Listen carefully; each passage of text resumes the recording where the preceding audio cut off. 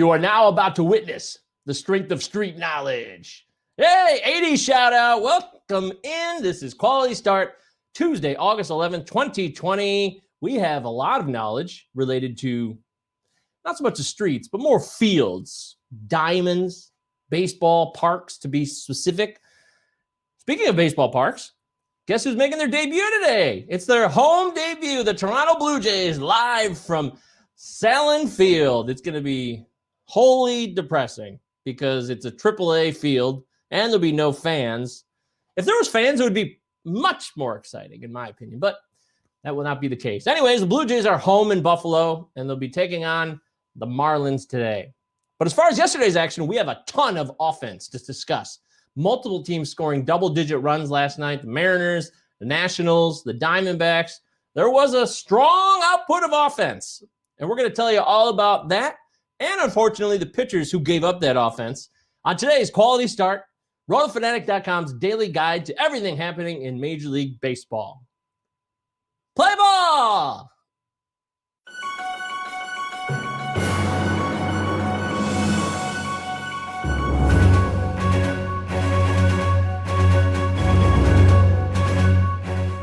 The King of the North! This one could go in many different directions, as last night featured a ton of big-time boppers mashing taters. So sometimes, like the triumvirate of Rome many, many moons ago, there's a shared crown. Mike Trout crushed this ball to left field. Look at that swing. Look at this beautiful swing. Oh, it's so glorious.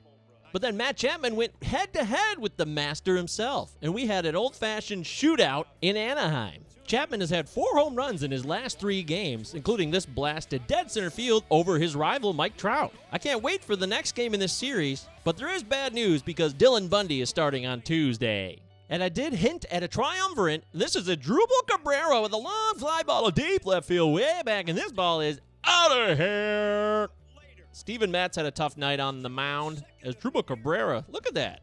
He got on that fastball, no problem, and he had 4 hits in a great outing, so he deserves to be with Trout and Chapman as part of the King of the North triumvirate for Monday, August 10th. Only one may enter here. One whose worth lies far within, the diamond in the rough. This has become the Dylan Moore Show. Every day, Dylan Moore is doing something wonderful that definitely warrants fantasy attention. Dylan! You son of a bitch. Dylan hit his 4th home run of the year last night, but our own Matt Williams on the Morning Relay podcast, which you can hear 5 days a week on Rotofanatic.com, says if pitchers stop giving him fastballs, Moore's production will decrease. Manny Margot hit a ball hard. Look at that. This is going to go off the green monster. But coming into that at bat, Margot was hitting .091. Not good. And if you look at his StatCast numbers, they really don't wow you. Not hitting the ball very hard, not a lot of expected results from the contact he is making. Of course, he's known for his speed, but that's pretty much it. But he was 4 for 4 last night, and if this gets him going, he could be someone that provides steals in an era where steals are hard to come by. So keep an eye out. This is a deep diamond in the rough.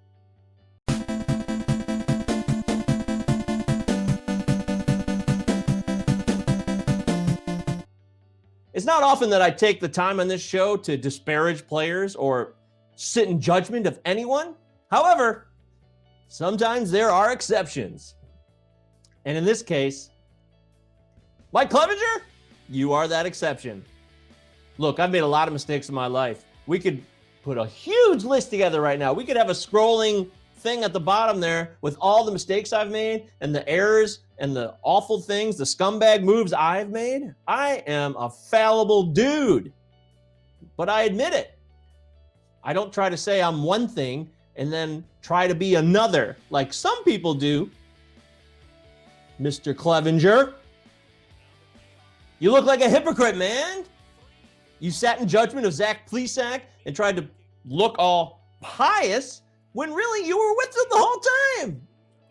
You really betrayed not only your teammates, you betrayed anybody who looks up to you or looks to you as a leader as a escape from reality even. You ruin that escape from reality.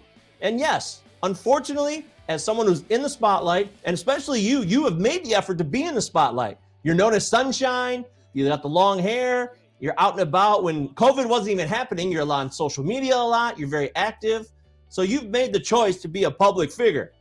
And now you have betrayed the trust of the public and your teammates. Now, one of the key aspects of this is a guy like Cookie Carrasco, who had leukemia and survived. What about him? You jeopardized his health. That's bogus, man. That's not cool where I come from. Look, I've made a lot of mistakes, and I've lied. I've cheated. I've done everything that a human can do. But I admit them. I stand in judgment of everyone. I'm no better than anybody else, Mr. Clevinger. But as someone who looks to you as a positive force in the world, this is a massive letdown. And the only thing you could do now is say, you know what? I screwed up. It was a complete lack of judgment on your part. Just say that you're a human being. And you know what? You didn't want to be exposed. You felt cornered. You felt fear. I get it. Everybody gets it. But you got to be honest and you got to try to make it right. Very disappointing, Sunshine. We got a full slate of games for Tuesday, including the debut of Salem Field, the Blue Jays' home park in Buffalo, New York. The Marlins and Blue Jays will go head-to-head. Eliezer Hernandez versus Mr. Ryu. I love Eliezer Hernandez. I love his slider, and I'm looking forward to see how this park plays. If you're curious about this park, go to our website, rotofanatic.com, and read Crosby Spencer's latest today about the park factors related to Salem Field and how Globe Life Field is playing out so far in Texas. Vladdy Jr. seems to love Salem Field. Here's him hitting a home run in BP.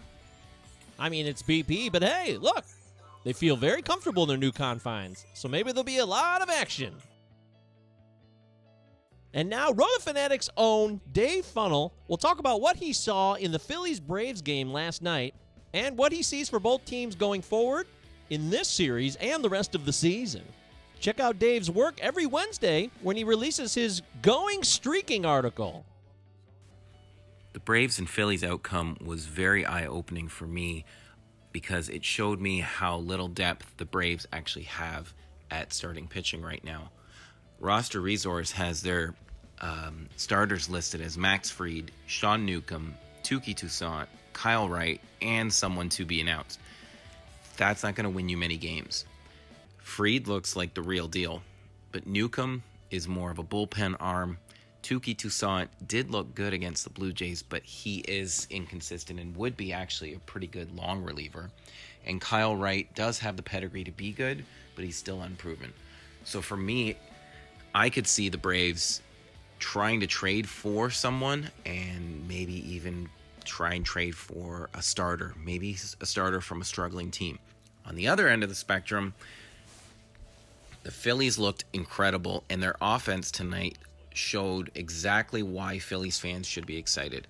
JT Realmuto is the best fantasy catcher in all of baseball. Bryce Harper, when he's on, is unbelievable. And the entire offense, including Didi Gregorius, looked good tonight as well. So when the Phillies are on, they are on. And now it's time for This Day in Fantasy History.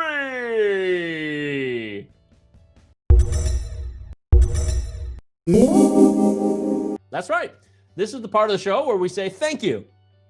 Thank you very much for all the hard work you put in for our fantasy teams once upon a time. And as we travel back in time, we say thank you to Sammy Sosa. 2 days in a row, Sammy. Hey, who says Sammy just gets ripped on all the time? When you do well, you deserve credit. Even if you use a cork bat or had PEDs, who cares? That doesn't matter. All that matters is results. This is a results-driven business, and everybody knows it. So let's take a look at what Sammy did again on this date, August 11th, along with some teammates who hit 4 home runs in a row. That's right. At Miller Park, the Diamondbacks became only the 7th team to hit 4 consecutive home runs in an inning. Adam LaRoche, Miguel Montero, Mark Reynolds, and Stephen Drew all connected off Dave Bush. Tough day if you owned Dave Bush in your fantasy lineup in 2010 on this date. Yesterday, we showed you Sammy Sosa hitting 3 straight home runs in 3 straight at-bats. Then the next day, on August 11th in 2002, he hit a grand slam and a run-scoring double against the Rockies, giving him 14 RBI over 2 games, establishing a new National League record. The previous mark was 13, shared by Nate Colbert of the 72 Padres and Mark Whitten of the 93 Cardinals. Remember big Mark Whitten? Sammy Sosa was a fantasy force. And then in 1991, Wilson Alvarez. Remember him? He was a great pitcher for a brief period of time. Look at this. That strikeout gives him a no-hitter. And right now, you can't hear it, but deep in this audio, Hawk Harrelson is going nuts. You know how Hawk gets. But this is a no-hitter, so I got to give him a little bit of leeway on this one. Wilson Alvarez had a great fantasy day, August 11th, 1991.